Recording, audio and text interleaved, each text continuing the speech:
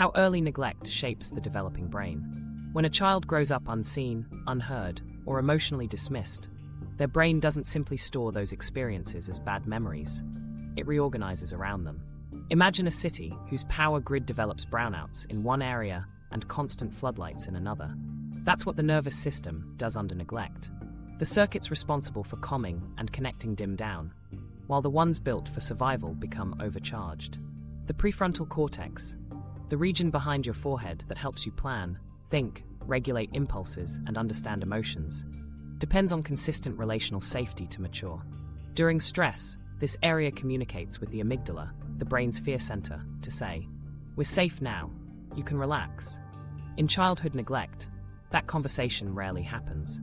The child's world delivers constant uncertainty instead of comfort, so the amygdala learns to stay loud, and the prefrontal cortex stays quiet, like a teacher who gives up trying to speak over the classroom noise. Neuroscientists have literally seen this through imaging. Adults who experienced emotional neglect show reduced volume in the anterior cingulate cortex and dorsolateral prefrontal cortex, areas tied to emotional regulation and empathy. These are not just psychological metaphors. The physical structure of the thinking brain becomes thinner, while communication lines between emotion and reason weaken.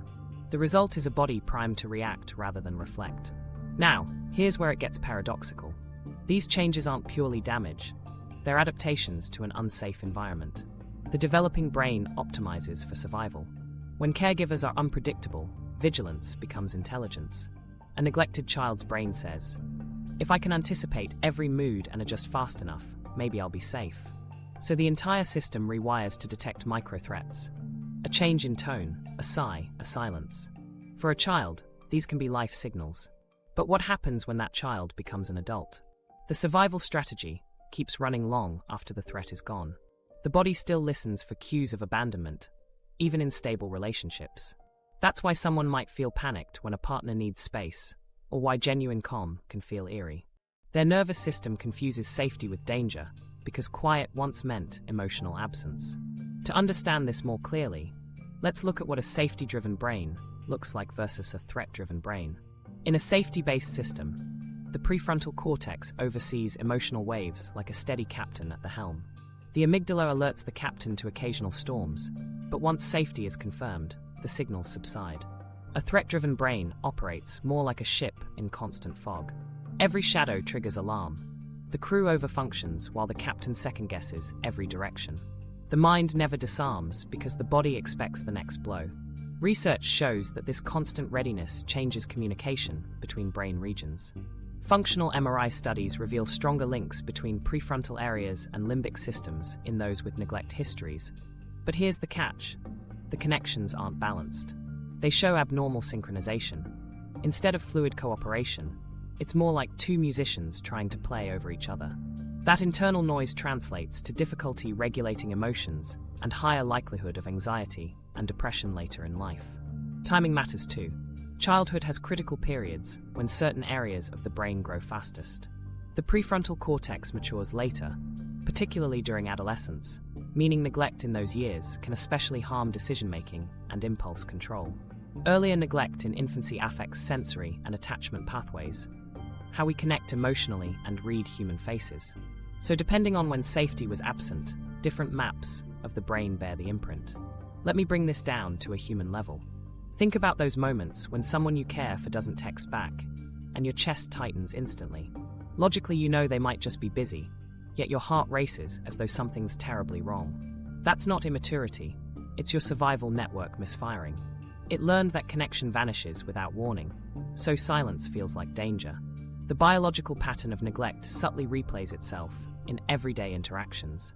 Even a mild, unintentional absence during childhood, like a caregiver being emotionally distant though physically present, can etch these patterns. The brain doesn't require overt abuse to reroute itself. It just needs consistent emotional vacancy.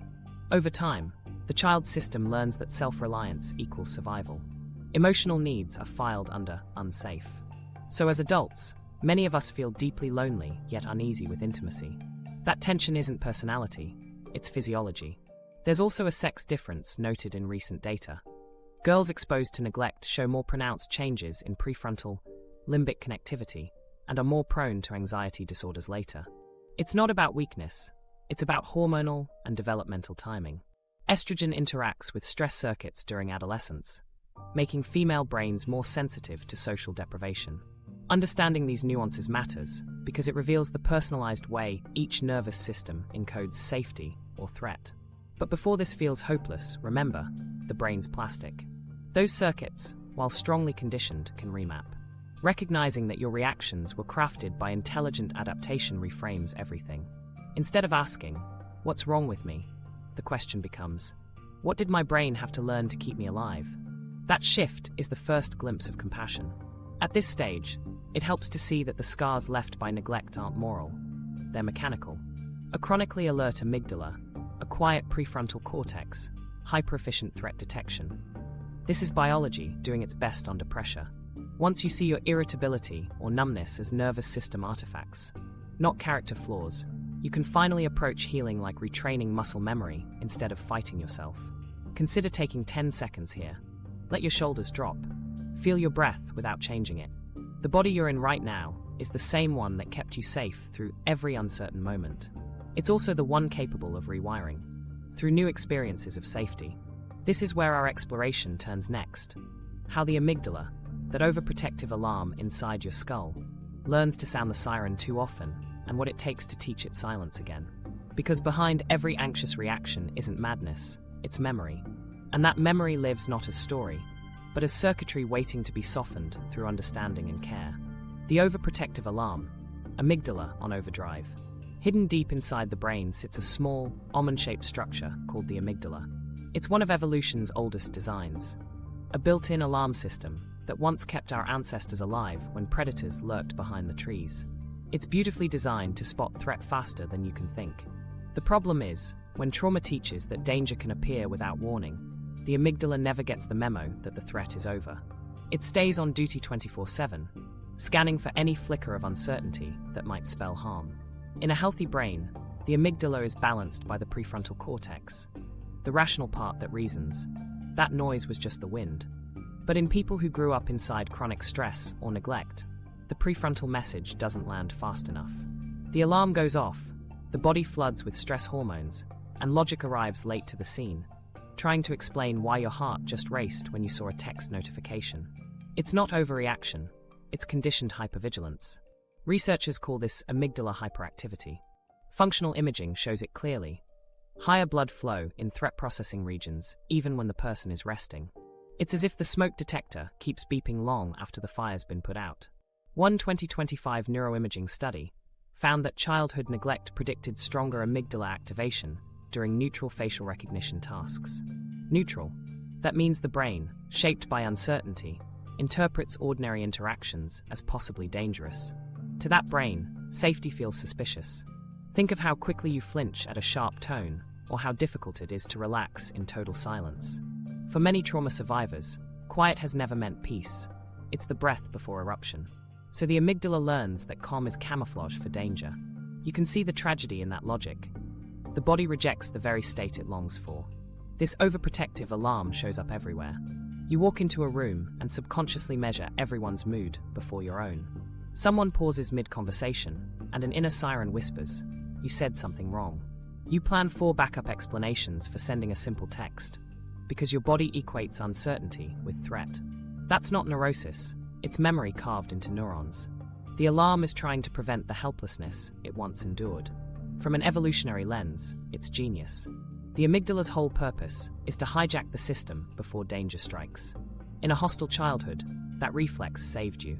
It trained you to recognize tiny cues, changes in facial muscle tone, footsteps in the hall, the hiss in someone's speech. Each cue predicted emotional weather, so the brain stored them all as survival data.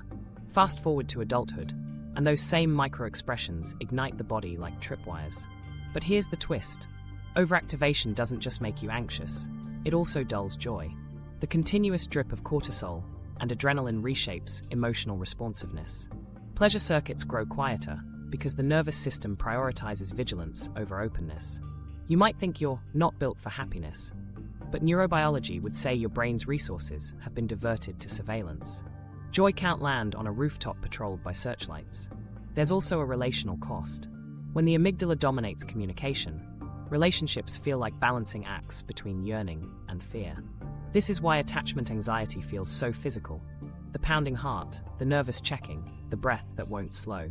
The brain that once equated connection with risk still monitors, even love for escape routes. That constant monitoring can drive partners away, confirming the amygdala's prophecy that closeness equals loss. It's not self-sabotage, it's a reflex built on outdated data. Let's explore what the alarm actually does to the body. When the amygdala fires, it signals the hypothalamus to activate the sympathetic nervous system, the fight-or-flight branch. Heart rate spikes, pupils widen, blood shifts to major muscles. These reactions happen within fractions of a second, bypassing the prefrontal cortex entirely. That's why moments of panic feel immediate and non-rational. The thinking brain didn't authorize them. Under long-term stress, this cascade becomes the baseline, turning normal life into a series of mini-emergencies. You might notice physical tells: tense shoulders, shallow breathing, jaw clenching, restless legs. These are body echoes of the hyperactive alarm. In neuroscience terms, the amygdala has learned overgeneralization, responding to safe and unsafe cues. Alike, instead of a smoke detector that recognizes only smoke, you now have one that reacts to toast, steam, or even candlelight. The result is emotional exhaustion, burnout produced not by doing too much, but by defending against everything. But what's truly fascinating is that while the amygdala learns threat quickly, it unlearns slowly. Fear memories are encoded strongly because they ensure survival. You can tell the mind, "I'm safe," yet the amygdala trusts sensation, not logic. That's why affirmations alone rarely calm anxiety. The alarm listens to heart rate, breathing pattern, muscle tension, signals delivered through the vagus nerve.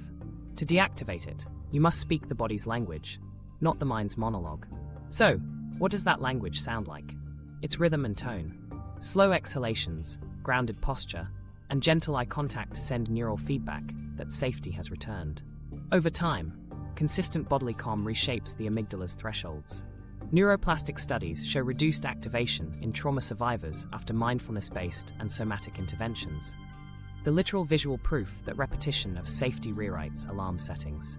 Still, expecting the alarm to vanish overnight is unrealistic. Think of it like an overloyal guard dog that's been on duty for years. Scolding it for barking won't help. Teaching it new patterns will.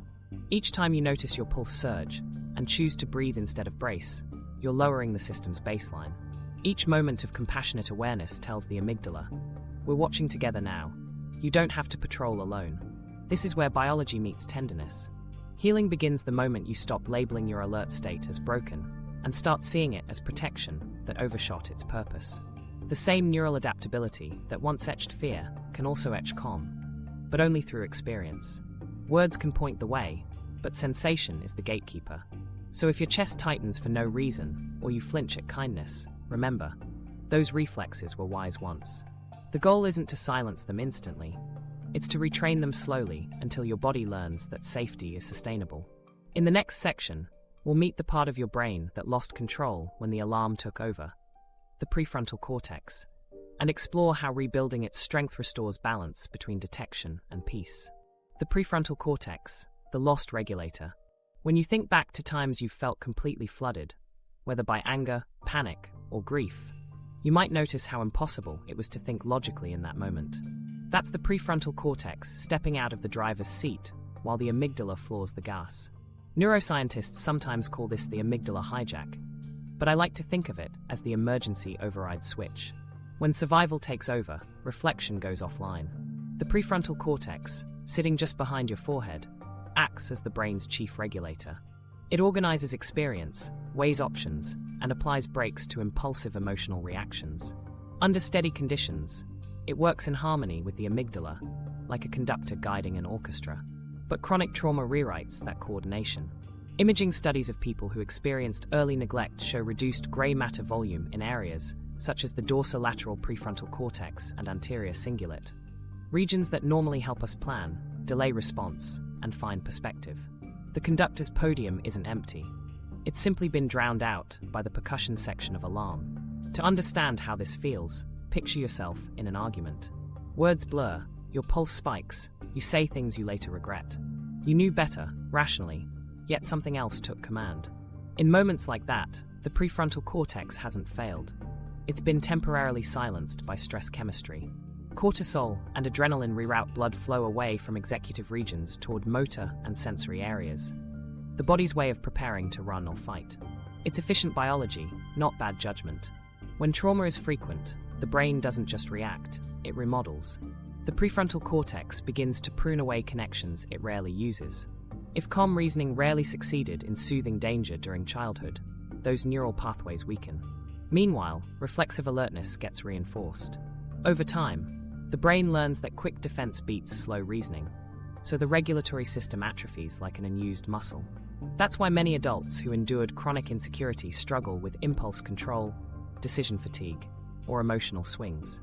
The neural brakes got worn out from disuse. Now, here's the part most people misunderstand. This wasn't a mistake. It was adaptation. A quieter prefrontal cortex actually saved energy in unpredictable environments. Being hyperreactive kept you ready. When every day felt uncertain, pausing to evaluate could increase risk. The brain designed efficiency over reflection because the cost of hesitation once felt fatal.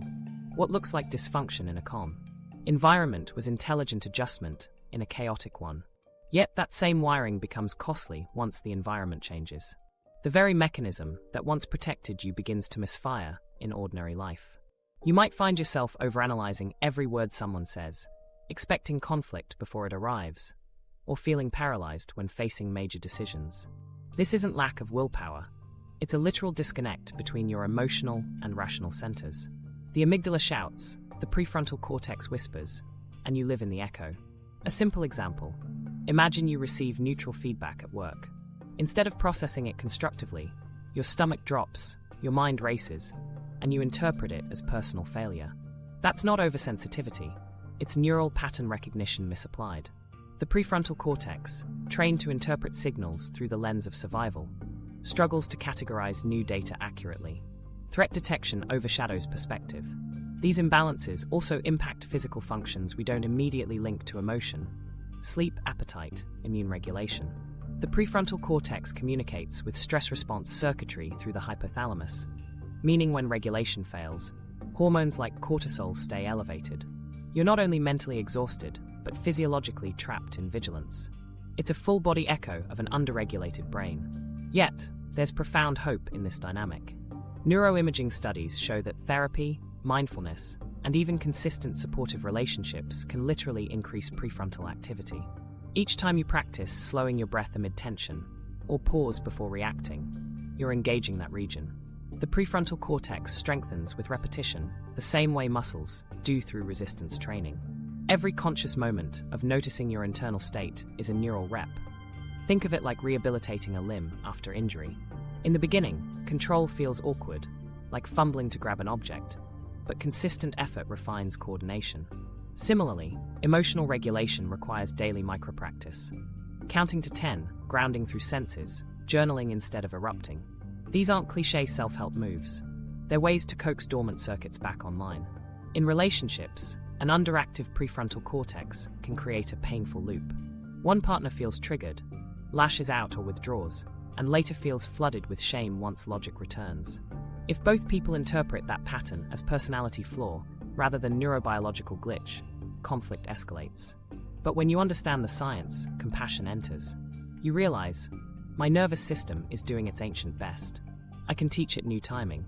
That reframing turns defensiveness into curiosity. Let's zoom out for a second. Overactive amygdala, underactive prefrontal cortex. That's the classic trauma equation. The amygdala says, protect at all costs. The prefrontal cortex says, interpret before reacting. When communication between them breaks down, you live on fast forward. Rebuilding that bridge means reintroducing the brain to delayed interpretation, to the idea that not every signal requires an instant defense. Somatic and mindfulness practices strengthen this bridge by stabilizing physical signals of safety first, giving the prefrontal cortex time to re-enter the conversation before emotion peaks. Here's a short reflection exercise to illustrate. Next time your pulse spikes during conflict, instead of forcing calm, silently label what's happening. Heart racing, breath shallow. That label activates left prefrontal regions involved in language and self-monitoring. The simple act of describing a sensation links reasoning to emotion, cooling the limbic fire. Studies show measurable drops in amygdala activity during such effect labeling. Words, used gently, replug the circuit. As this regulation strengthens, everyday functions begin to change. You think before replying to emails. You sense tension rising and choose to stretch or breathe. You notice the moment adrenaline kicks in and redirect energy instead of exploding. Each of these is a microneuroplastic event, the prefrontal cortex reclaiming coordination from the survival brain. Of course, progress isn't linear. Under extreme stress, even a well-trained prefrontal cortex can be yanked offline. But recovery speeds up, the system resets faster. Over time, fear responses shorten and peace states lengthen. What used to take hours to calm may take minutes. What once felt overwhelming becomes tolerable. This is the architecture of healing measured not in grand epiphanies, but in tiny regained pauses. Sometimes people ask, will I ever stop reacting? The honest answer is, you may still react, but your recovery window will shrink. Regulation isn't erasing emotion, it's restoring choice. If the amygdala guards the gates, the prefrontal cortex decides when to open them. Trauma closed them permanently. Healing teaches discernment. So when frustration rises faster than reason, remember, it's not personal weakness, it's neural choreography rehearsed under threat. Your mind is relearning tempo. Each breath, each considerate pause, is sheet music for a new composition, one where emotion and logic share the same rhythm. Now, as we step deeper, let's look at the mechanism that makes this rewiring possible. Neuroplasticity, the brain's inherent capacity to change its tune through practice. Because knowing that regulation is possible doesn't just soothe hope, it offers method, the code for rewriting the map your past once drew. Neuroplasticity, the brain's built-in healing code.